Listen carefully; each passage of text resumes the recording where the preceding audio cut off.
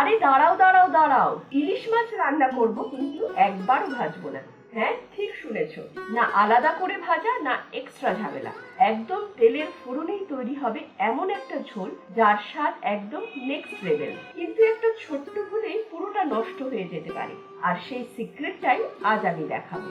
নমস্কার, আমি সংঘমিত্রা, মিত্রাস কিচেনে তোমাদের সবাইকে স্বাগত।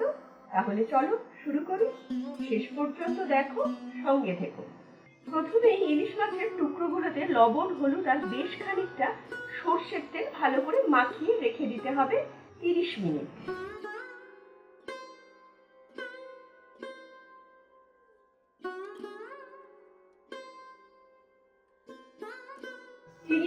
পর কড়াইতে বেশ খানিকটা সর্ষের তেল গরম করে নাও।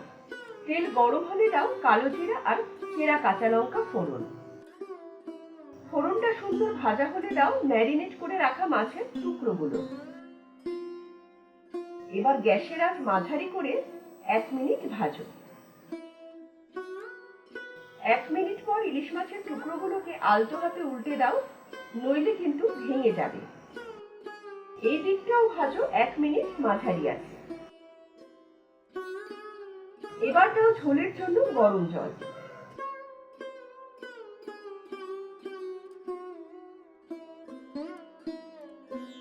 যে পাত্রে মাছগুলোকে ম্যারিনেট করে রেখেছিলে সেই পাত্রটা ধুয়ে জল দাও।